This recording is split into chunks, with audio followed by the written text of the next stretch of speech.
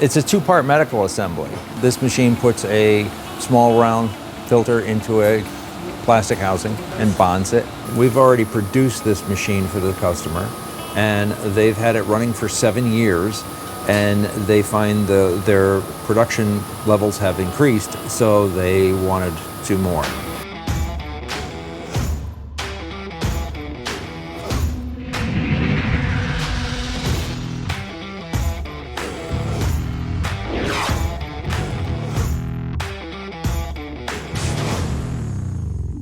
So a customer came to us and they wanted a 2-part medical assembly machine. Very simple assembly, but they wanted high volume. This does about 270, 280 parts a minute.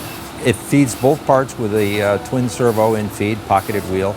It dispenses a solvent and then uses 2 different vision cameras to check the quality of the assembly, and then accepts and counts out several pieces in a bin, and then shuttles the bins around and puts new bins in place. So it essentially does the whole assembly and counting.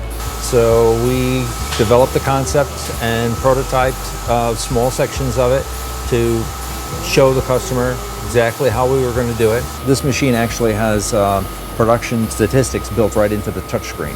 So you can see how many errors you've had, how many cycles it's run, what your part count is. So it helps you watchdog what's going on with the machine. This is actually the first station on the machine. This is the housing feed. These are the housings, all right? And they feed from bowl copper down to the vibratory bowl, down the linear track, vibrating linear track, into this pocketed feed wheel. We insert the empty housing into the 4 holes in the main fixture on the index dial. That's the main dial that indexes.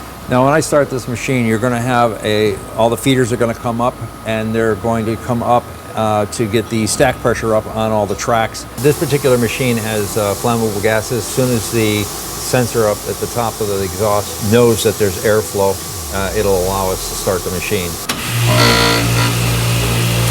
That's the servo housing move, and it's inserting the housing into the index dial fixture. You can see the cam follower with the floor, and the fixture comes around to the filter insertion. We do the same thing, only the filter in this case was special. The part has a flat end on one end and a ball end on the other, because the only way the vibratory bowl feeder could feed it would be with flat end down. It was a very custom situation where, as the pocketed wheel picks up the part, run it through a cam track, and then it has a special cam cover that pushes the top over on its side. We have a cam that stands it back up, so we turn it 180 degrees in the pocketed wheel as we're feeding it to the insertion point. It does it at 270, 280 parts a minute. It's a constant flow. And then we index over, and then we check to make sure that the lower housing's there before we put the filter in. And then we bring it over to a final press station, which seats the filter down to the full depth. Then we index it over to a solvent dispense system. It has special dispense heads on with micrometer adjustments for very accurate dispense.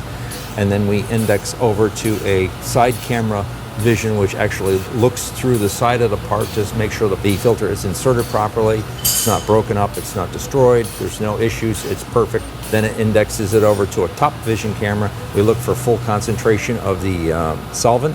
There is a baffle accumulation chute, so when the bin gets full, flap closes and it catches it in the chute, and it creates a buffer. The door will open and it'll allow the buffered parts to go into the bin below. So the machine never shut off during changing the bins. It saves a lot of time and keeps the machine running, gives you a lot of uptime.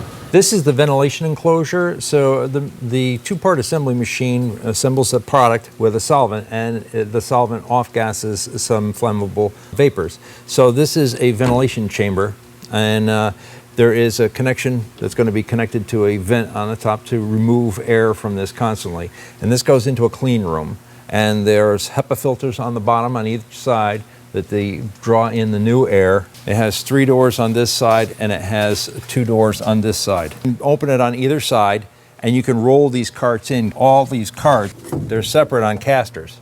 Once it gets running and the customer gets used to it, it just runs and runs and runs and runs. We try to build machinery that's economical, yet good quality. A lot of people that actually approach us and not really sure how to solve their problem, they explain their problems out, and then we sort through it, and sometimes we actually visit their facility to see if what they're exactly explaining and to make sure that we can nail it. And sometimes we find other things that they didn't tell us, and that might be causing another issue, or we might be able to do it more efficiently because we see something that in the process that we can utilize. But it all starts with taking the first step. And the first step is to give us a call, because the consultations are free. We're here to build you the best automation machine we can. We want to solve your problem.